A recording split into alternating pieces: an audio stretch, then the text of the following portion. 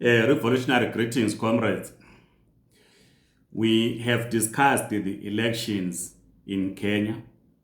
We discussed the campaign. And in the last video, we did what we call a class analysis of the elections in Kenya. We also did a brief discussion on the upcoming elections in Angola. They are holding elections on the 24th of August, 2022. Zimbabwe is also holding its elections in 2023.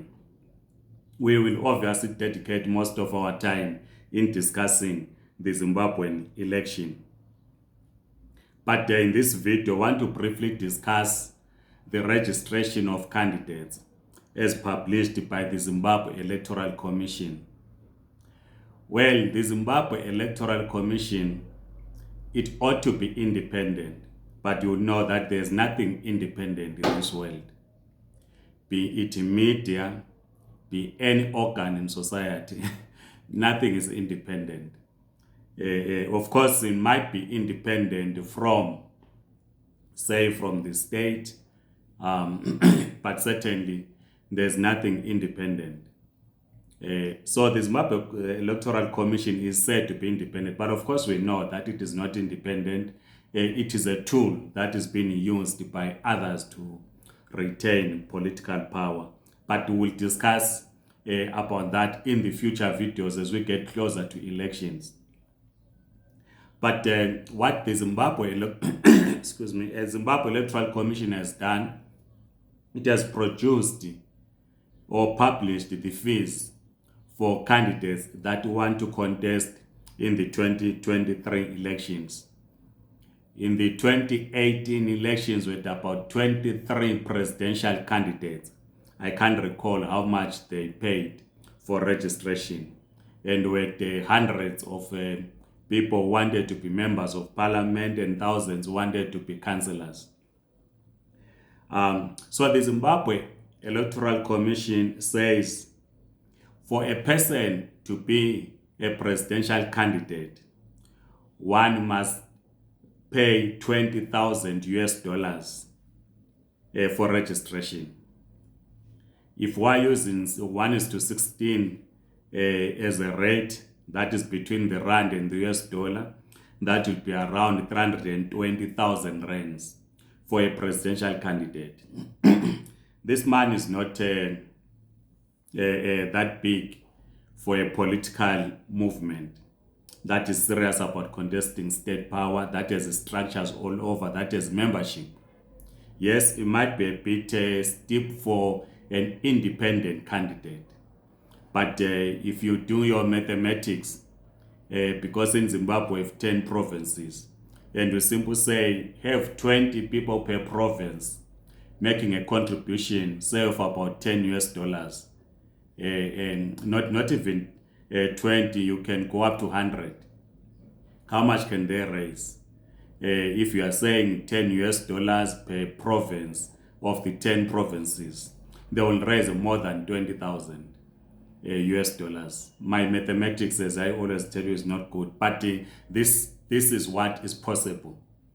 You can, if you belong to a political formation, you have a membership, paid up membership for that matter, across the provinces. So 20,000 US dollars is not a problem. But the problem is that over the years, because of donor funding,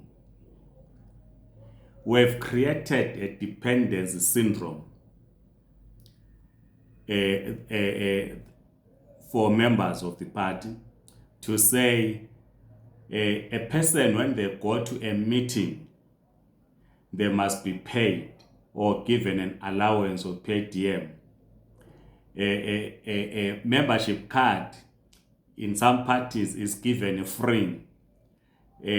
People do not pay for membership. So people go to a political movement to benefit, not to contribute to the movement. Someone will every weekend, if I use this example, will get onto a public transport from their suburb, say from Makwekwe in Bulawayo to the city center for church service, and does not expect the church to refund them their transport money. I'm saying a person fuels their vehicle from Mbare to attend a church service in the city center, or travels from Dare to Guero for a church conference using their own resources. But when it's a political party conference or meeting, because of this donor syndrome, someone wants to write a budget to say from Kulumane to city center, some will say it's $5. But they will not say it's $5 when they go to church. Every weekend, a comrade for that matter, will leave their home, going to church. They will budget for transport money and a budget for umnikelo or giving in church, right?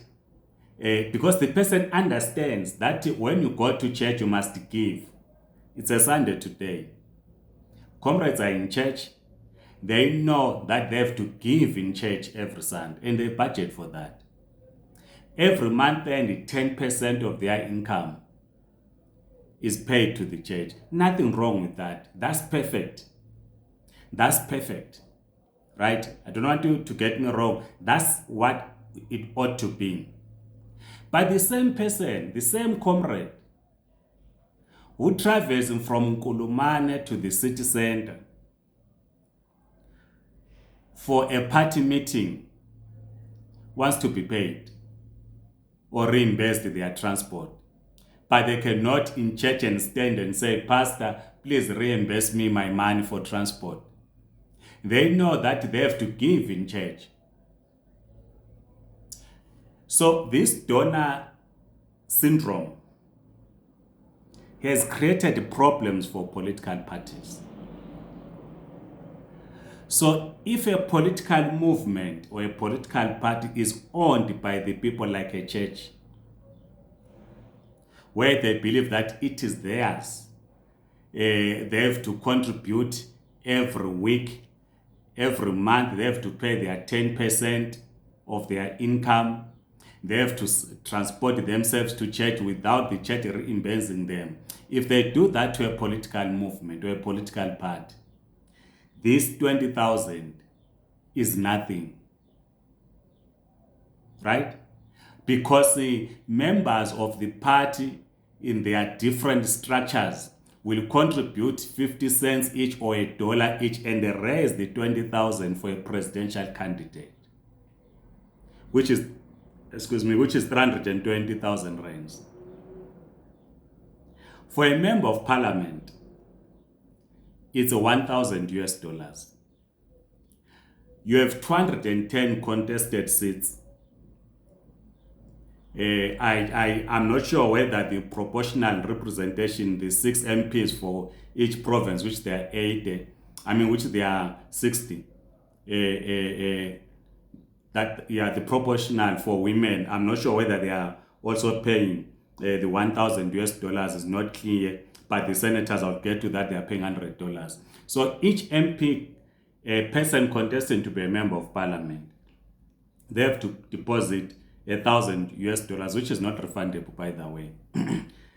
So you have 210 contested seats in the country. So a party that is serious about state power will have to field the candidates in 210 contested seats. And that translates to $210,000. I'm not sure if my mathematics is correct. And if we use 1:16 as the rate, In Zimbabwe, every morning people always ask what is the rate today. So in rands, it will be 3,360,000 rands. If the party is contesting all 210 seats, and I'm talking about a party or a movement that is serious about winning state power, then for a Senate, and so therefore it means the 1,000 US dollars, again for a member of parliament, if the person is a product of the people, you remember our Red October campaign, know your neighbor, build your community. And this campaign we were saying, it is the community who should decide on who becomes their candidate. So if my community says, Comrade Mapena, I want you to be an MP candidate or a presidential candidate, the community must fund. It should not be my problem or a problem of my own to raise either 20,000 US dollars or to raise 1,000 US dollars. If they say I should be a member of parliament, or raising 100 US dollars, I want to be a senator or a councillor. No. It is the community, it is the members of the party that should be raising this money. So you then do again your mathematics to say, in a constituency where you have 25,000 registered voters, and your party has structures, you have the district executive committee, the three wings, that is the women, the youth. You have the ward executive committees. Again, comrades can contribute $1, $1, and raise the 1,000 US dollars. It should not be that of a candidate. Same thing with the senator, because it's $100. We have 60 senators, 6 senators per 10 provinces, which is 60. So that is 6,000 US dollars that is needed by a party, 96,000 rands. If we use our rate, then we have plus minus 1,900 wards or councillors. Those that want to be councillors, they are asked to contribute to ZEC or donate to ZEC 100 US dollars per person. Again, if you have a ward committee structures, the three wings, you have the branches in the ward, and you are a serious party that wants to win state power without any outside donor, without foreign funding, you can raise the 100 US dollars from party members. So if you have 1,900 councillors across standing as candidates in wards, the party will need 190,000 US dollars, which translates to something like 3,040,000 rands. So the total money that the party needs, if it is serious about state power, for candidate registration, that is the presidential candidate, MP candidate, senator, council, and minus the women. As I said, it's not clear how much the women pay. You need something like plus minus 426,000 US dollars, which translates to 6,816,000 rands. So we are saying, if comrades understand that this is their movement or it is their party, through the party structures, comrades will contribute $1. And we're contributing, our elders were contributing during the liberation struggle, 25 cents. Every year, we have so many Christians in Zimbabwe. Every year, people contribute for church conferences. People don't go for free to church conferences. They contribute. Like I've said, that they contribute for the building of the church. Right? It's church members that contribute. They commit to contribute to build the church. They contribute to buy the pastor a vehicle. Right? But when they come to a political party, they want the party to cover their expenses. And this, of course, happens when the party is not transparent about its monies to its membership. Because members should know that we pay $1 membership. We have raised 10,000 US dollars through membership. How much was used? It is the members that must contribute to the party offices, contribute in paying comrades that work full-time without donor funding. But what has destroyed the commitment, if I were to use that term, is the whole issue of donors, international donors for that matter, who will fund NGOs. The NGO will say we have a meeting, a large city hall in Bulawayo. When you get to the meeting, after the meeting, you are given an envelope. It's your transport money, reimburse you for your transport money, your airtime, and some bit of allowance.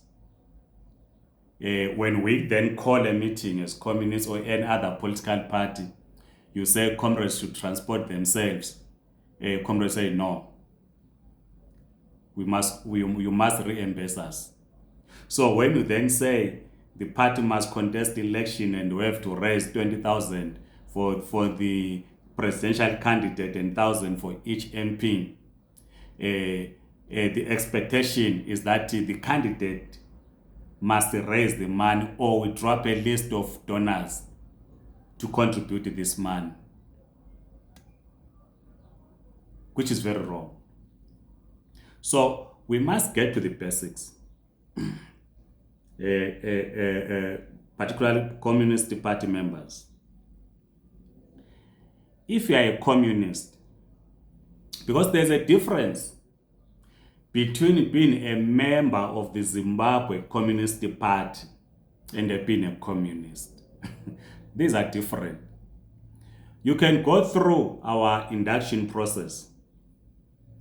We say, well, you understand the theory, you have to be a member of the party, we write you the membership card. But that does not make you a communist. You are a member of the Zimbabwe Communist Party.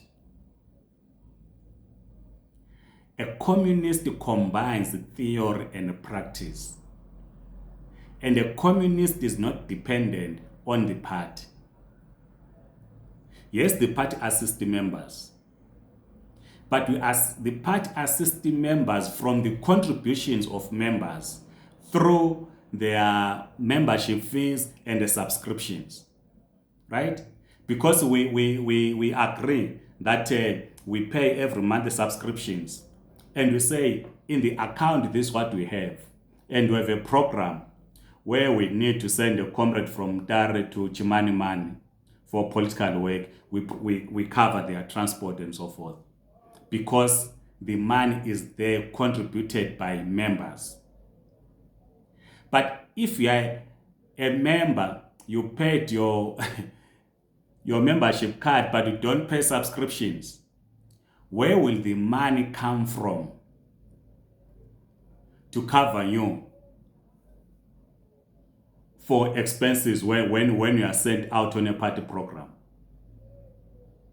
So a communist, a true communist, understands that first and foremost, I have to pay my membership fee to be a communist. Secondly, I have to subscribe. And thirdly, I have to show my commitment by doing practical work in communities without expecting any return. Yes, there are comrades that will not have access to data when we do our online meetings. But another comrade will say, no, because it's a ZCP meeting,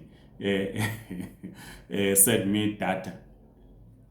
But the comrade, they have their data to talk about Liverpool, Manchester United, Arsenal on Facebook and so forth. But when it is party work, they need data. But they have money to buy data for all these gossip things that we do on social media. So as I'm concluding, comrades, 426,000 is the money that is needed for registration of candidates for a party or a movement that is serious about state power. And we argue that this money can be raised by members of the party without foreign donors. The problem with foreign donors, they then tell you what you must write in your manifesto. That's the problem. But if the money is from the membership, one comrade was saying to me, Comrade Mabena, we need a patriotic opposition, an indigenous opposition party that is not get instructions from Washington or London. But if the 426,000 for candidate registration or more is going to come from Washington and London, certainly London will tell you what to do. And by the way, this is just for registration. And then we will discuss in the other video about the campaign itself, the campaign material. Because we need posters and so forth. How do we carry out a political campaign for a party that is contesting an election? I am Ngabuto Nicholas Mabena, General Secretary of the Zimbabwe Communist Party. Please like this video, subscribe to this YouTube channel. Let's discuss this, comrades. As I'm saying, the donor syndrome has destroyed our politics. People now want to depend on the party to pay them or to cover their expenses when they come for meetings. But they do not expect the church to cover their expenses when they go to a church meeting or a church conference. Otherwise, comrades, Amandla, goodbye.